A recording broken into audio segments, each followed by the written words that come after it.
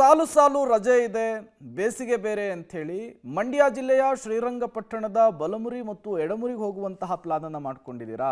ಹಾಗಾದರೆ ನಿಮ್ಮ ಪ್ಲಾನನ್ನು ಚೇಂಜ್ ಮಾಡ್ಕೊಳ್ಳಿ. ಈಗ ಪ್ರವಾಸಿಗರಿಗೆ ಅಲ್ಲಿ ನಿಷೇಧವನ್ನು ಹೇರಲಾಗಿದೆ ಅನ್ನೋದು ಗೊತ್ತಾಗ್ತಾ ಇದೆ. ಕಾರಣ ಏನು ಅಂತ ಕೇಳಿದ್ರೆ ಅಲ್ಲಾಗ್ತಾ ಇರುವಂತಹ ಸಾಲು ಸಾಲು ಸಾವುಗಳು. ಹೌದು, ಬಲಮುರಿ ಎಡಮುರಿ ಪ್ರವಾಸಿ ತಾಣಕ್ಕೆ ನಿಷೇಧ. ಕಾವೇರಿ ನದಿಯಲ್ಲಿಳಿದಂತಹ ಪ್ರವಾಸಿಗರ ಸಾವು ಆಗ್ತಾ ಇರುವ ಹಿನ್ನೆಲೆಯಲ್ಲಿ ಮುಂಜಾಗ್ರತಾ ಕ್ರಮವಾಗಿ ಪ್ರವಾಸಿಗರಿಗೆ ಜಿಲ್ಲಾಡಳಿತದಿಂದ ನಿರ್ಬಂಧ ಹೇರಲಾಗಿದೆ. ಪ್ರವಾಸಿ ತಾಣದಲ್ಲಿದ್ದಂತಹ ಅಂಗಡಿಗಳೆಲ್ಲ ಬಂದ್ ಆಗಿದೆ. ಬಲಮುರಿ ಎಡಮುರಿ ಪ್ರವಾಸಿ ತಾಣ ಪ್ರವಾಸಿಗರಿಲ್ಲದೆ ಈಗ ಬಿಕೋ ಅಂತ ಇರುವಂಥದ್ದು. ಬೇಸಿಗೆ ಸಂದರ್ಭದಲ್ಲಿ ಸಾಲು ಸಾಲು ರಜೆ ಇದ್ದಂತಹ ಸಂದರ್ಭದಲ್ಲಿ ರಾಜ್ಯದ ಮೂಲೆ ಮೂಲೆಯಿಂದ ಪ್ರವಾಸಿಗರು ಇಲ್ಲಿಗೆ ಬರ್ತಾ ಇದ್ರು. ಇದೇ ಪ್ರವಾಸಿಗರನ್ನು ನೆಚ್ಚಿಕೊಂಡು ಸಾಕಷ್ಟು ಅಂಗಡಿಗಳ ಮಾಲೀಕರು ಕೂಡ ಬದುಕನ್ನು ಕಟ್ಕೊಂಡಿದ್ರು. ನಿರಂತರವಾಗಿ ಆಗ್ತಾ ಇರುವಂತಹ ಸಾವುಗಳನ್ನು ನಿಯಂತ್ರಿಸುವಂತಹ ನಿಟ್ಟಿನಲ್ಲಿ ಈಗ ಜಿಲ್ಲಾಡಳಿತ ಬಲಮುರಿ ಎಡಮುರಿ ಪ್ರವಾಸಿ ತಾಣಗಳಿಗೆ ನಿಷೇಧವನ್ನು ಹೇರಿದೆ. ಹಾಗಾಗಿ ಇದೇ ಪ್ರವಾಸಿಗರನ್ನು ನೆಚ್ಚಿಕೊಂಡಂತಹ ಅಂಗಡಿ ಮಾಲೀಕರು ಈಗ ಕಣ್ ಬಾಯ್ ಬಿಡಬೇಕಾದಂತಹ ಪರಿಸ್ಥಿತಿ ವ್ಯಾಪಾರವಿಲ್ಲದೇನೆ. ನೀವು ಕೂಡ ದೃಶ್ಯವನ್ನು ಗಮನಿಸ್ತಾ ಇದ್ದೀರಿ. ಪ್ರತಿನಿತ್ಯವೂ ಕೂಡ ಈ ಜಾಗದಲ್ಲಿ ಪ್ರವಾಸಿಗರಿಂದ ಗಿಜಿಗುಡ್ತಾ ಇದ್ದಂತಹ ಜಾಗ ಇವತ್ತು ಖಾಲಿ ಹೊಡಿತಾ ಇದೆ, ಬಿಕೋ ಅಂತ ಇದೆ. ಕಾರಣ ಪ್ರವಾಸಿಗರಿಗೆ ನಿರ್ಬಂಧವನ್ನು ಹೇರಲಾಗಿದೆ.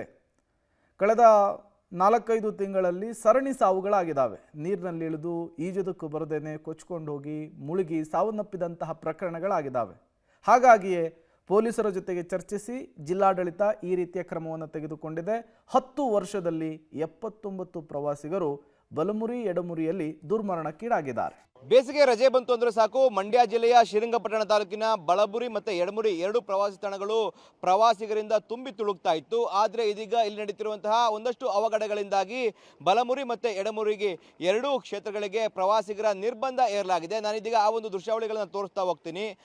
ದೃಶ್ಯದಲ್ಲಿ ಗಮನಿಸ್ತಾ ಇದ್ದೀವಿ, ಪ್ರತಿ ವರ್ಷವೂ ಕೂಡ ಈ ಸಂದರ್ಭದಲ್ಲಿ ಅಪಾರ ಸಂಖ್ಯೆಯಲ್ಲಿ ಪ್ರವಾಸಿಗರು ಬಂದು ಇಲ್ಲಿ ಎಂಜಾಯನ್ನು ಮಾಡ್ತಾ ಇದ್ರು. ಆದರೆ ಮೋಜು ಮಸ್ತಿಯ ನೆಪದಲ್ಲಿ ನೀರಿಗೆ ಇಳಿದಂತಹ ಸಂದರ್ಭದಲ್ಲಿ ಒಂದಷ್ಟು ಜನರು ಸಾವಿಗೀಡಾಗುವಂಥ ಪ್ರಸಂಗ ಕೂಡ ಎದುರಾಗಿದೆ.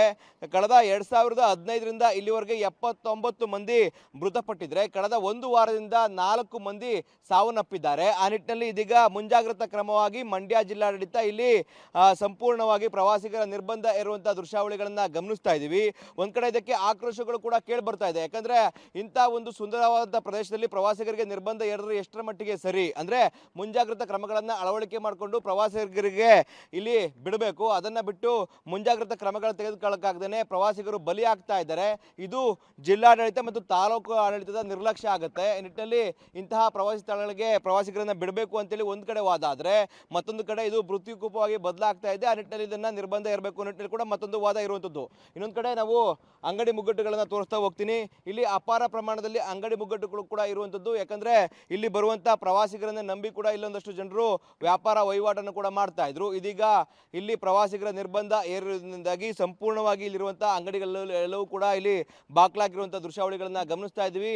ಒಂದ್ ಕಡೆ ಪ್ರವಾಸಿ ತಾಣಗಳಿಗೆ ಜನರಿಲ್ಲದೆ ಬಣಗುಡ್ತಾ ಇದ್ರೆ, ಮತ್ತೊಂದು ಕಡೆ ಇಲ್ಲಿ ವ್ಯಾಪಾರಸ್ಥರು ಕೂಡ ಪ್ರವಾಸಿಗರಿಲ್ಲದೆ ಕೂಡ ತಮ್ಮ ಬದುಕು ಕೂಡ ನಿಭಾಯಿಸಲು ಕೂಡ ಕಷ್ಟಪಡುವಂತಹ ಪ್ರಸಂಗ ಕೂಡ ಎದುರಾಗಿದೆ. ಒಟ್ಟಾರೆ ಬಲಮುರಿ ಮತ್ತೆ ಎಡಮುರಿ ಮೃತ್ಯುಕೂಪವಾಗಿ ಬದಲಾಗ್ತಾ ಇದೆ ನಿಟ್ಟಿನಲ್ಲಿ ಕೂಡ ಇಲ್ಲಿ ಪ್ರವಾಸಿಗರಿಗೆ ಜಿಲ್ಲಾಡಳಿತ ನಿರ್ಬಂಧ ವಿಧಿಸಿದೆ. ಆದರೆ ಇನ್ನೊಂದು ಕಡೆ ಮುಂಜಾಗ್ರತಾ ಕ್ರಮವನ್ನು ತೆಗೆದುಕೊಂಡು ಇಲ್ಲಿ ಪ್ರವಾಸಿಗರನ್ನ ಬರಮಾಡ್ಕೋಬೇಕು ಅನ್ನೋ ನಿಟ್ಟಿನಲ್ಲಿ ಕೂಡ ಒಂದು ಆಗ್ರಹ ಕೇಳಿ ಬರ್ತಾ ಇರುವಂತದ್ದು. ಕ್ಯಾಮರಾ ಪರ್ಸನ್ ವಿನೋದ್ ಜೊತೆ ರೋಹಿತ್ ದೇವರಹಳ್ಳಿ, ಪಬ್ಲಿಕ್ ಟಿವಿ, ಮಂಡ್ಯ.